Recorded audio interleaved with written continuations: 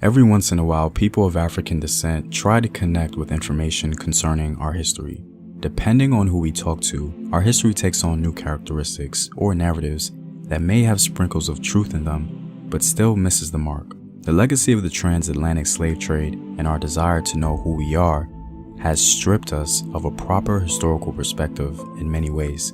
So today, I thought I would bring it back to square one and explain our story in a way we might all understand.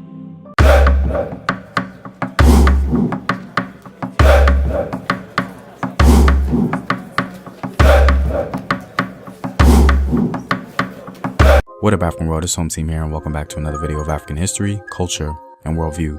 By supporting this channel on Patreon, you're helping in the creation of these videos and supporting this content.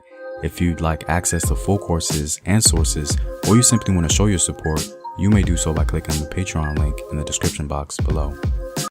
Over the years, I've encountered so many people in the diaspora who really don't understand our history, and there's absolutely nothing wrong with that, as we're all on a journey to learn. It only becomes a problem when we attempt to create new identities based on false or simply misguided information. Oftentimes, the blind spots of our history allows for elaborate explanations or straight-up romanticism. We make a simple history very complicated because at times we don't want to be associated with the doom and gloom of the past. However, I think in the opposite way. A true understanding of our history or our story not only humanizes our ancestors but makes the history far less intimidating and confusing. The truth is not something to shy away from, but it's something to be understood. To begin, one of the most common fallacies I've been hearing all my life, and what I continue to hear even today, is the idea that we in the diaspora have no idea what tribe we come from. This statement is a fallacy because it promotes the idea that we descend exclusively from one African ethnic group when that couldn't be further from the truth. The undercurrent of that statement can sometimes be nefarious because it suggests that since we can't identify a singular ethnic group from which we may have come from, there is no use in trying to connect with our roots or the African continent in general. Now, here is the proper historical lens. Over time, the transatlantic slave trade received Africans from all over West and Central Africa and a few from Southeast Africa and Mozambique.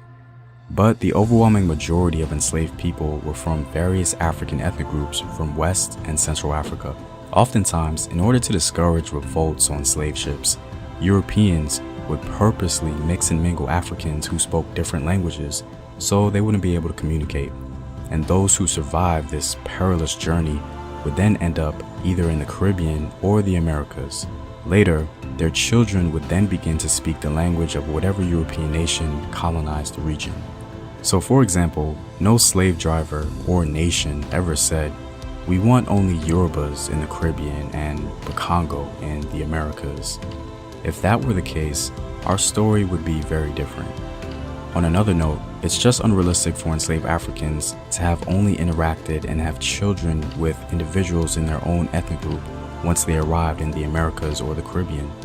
That would have been nearly impossible because they were surrounded by other Africans who originated from different ethnic groups and regions entirely. So we have to be very careful about the statements we make and promote because it may not reflect a proper historical lens. Another statement I often hear, and one that I've been hearing my entire life, is the idea that Africans sold us into slavery. This is another one that can be used in a nefarious way because it also suggests that we should forget about Africa. And in a sense, the people that are there today are the bad guys, if you will, and can't be trusted. Now, if you've been watching my videos for a while, I've actually spoken about this. The history concerning the inner workings of the slave trade specifically is far more complex than we think. Anyone who promotes the simplistic idea that Africans sold us into slavery is really disregarding context. First, let's try and understand what they are trying to say when they make that statement. When someone says Africans sold us into slavery, they're suggesting that sometimes without even knowing that Africans all across West and Central Africa all ganged up on our ancestors and sold them into slavery. That there is a clear distinction between us and them. The problem with this logic is that it borrows from the previous fallacy concerning the idea that we descend from one singular ethnic group.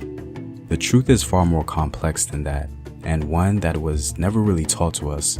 Once you begin to actually study the history, you quickly begin to realize that we in the diaspora are the descendants of victims and victimizers. The Atlantic slave trade was very chaotic. At one moment, you can be an enslaver selling your war captives to a Portuguese ship, and then the very next day, you yourself can be enslaved. The reason for this is simple. Africa in general is a very diverse continent with thousands of different people who never identified with one another because they spoke different languages and had different religions and cultures. There was no pan-African identity in the continent in those times, or ever for that matter. In West Africa, for example, once the larger empires of Mali and Songhai fell, various ethnic groups were now free to advance their own expansionist agendas, and the fall of the larger empires which kept other ethnic groups in place created a period of warring hybrid kingdoms who wanted to gain a stronghold over the region. They attempted to do this by creating wealth. One of the ways of creating wealth, so they thought, was through selling war captives to Europeans along the coast. Now, via hindsight, it was simply an unequal exchange. Each kingdom with different ethnic groups would compete against each other to acquire wealth and attempt to expand, and those kingdoms that refused to sell enslaved people to Europeans would just be victims of the African kingdoms who would. So one day, Kingdom A can be doing the majority of the slave raiding, and Kingdom B retaliates in an attempt to survive, not only economically but also physically, and they proceed to do slave raids on Kingdom A. Those victims over time from Kingdom A and Kingdom B, i.e., our ancestors, would not simply be victims of Kingdom A, they would be descended from victims and victimizers of both kingdoms, A and B, both of which comprise of different ethnic groups. To give you a concrete reference, I like to use the example of Ayuba Diallo, the Fulani man from Senegal who was on his way to sell his Mandinka or Mande captive, and ironically got captured by the Mandinka himself and sold into slavery. In essence, Ayuba Diallo was the victimizer, but very quickly became the victim. His case isn't unusual because countless African people throughout West and Central Africa participated in slave raiding and then in a moment became enslaved. Another example I like to give is the Kingdom of Dahomey. The people of Dahomey for a very long time were oppressed by the Yoruba state of Oyo. The Yoruba would raid their region and enslave any person they could find, including women and children. The Kingdom of Dahomey, ironically, was greatly advanced during this time as they began resisting. For example, you only became a king in Dahomey because of your prowess in war. This speaks volumes concerning the condition they were in as a people. In fact, one of the many reasons why the legendary Mino, or so-called Dahomey Amazons, grew in number was because of the woman's desire to protect her children from slave raids. In many ways, Dahomey can be seen as a state of victims until they rose up and became one of the most brutal victimizers in slave trading history. They certainly got their revenge on the Yoruba people who were located in Benin. In fact, many of the Yorubas who were enslaved in Brazil were there because of the state of Dahomey. Given this historical fact, it's obvious that many people in the diaspora descend from both the Yoruba and the Fon people of Dahomey, both of which are victims and victimizers.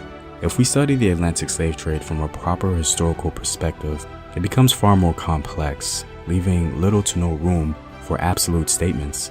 But anyway, the point of this was to give you guys a more foundational understanding into our history so that you can use it as a format for your own studies. Context is important, and we have to be able to pull from it, especially when trying to understand our story. Well, I'm all out, guys. If you like these videos and want to help in its continued production, consider supporting the home team on patreon.com. The link is in the description box below. Know thyself. Remember your ancestors. Peace.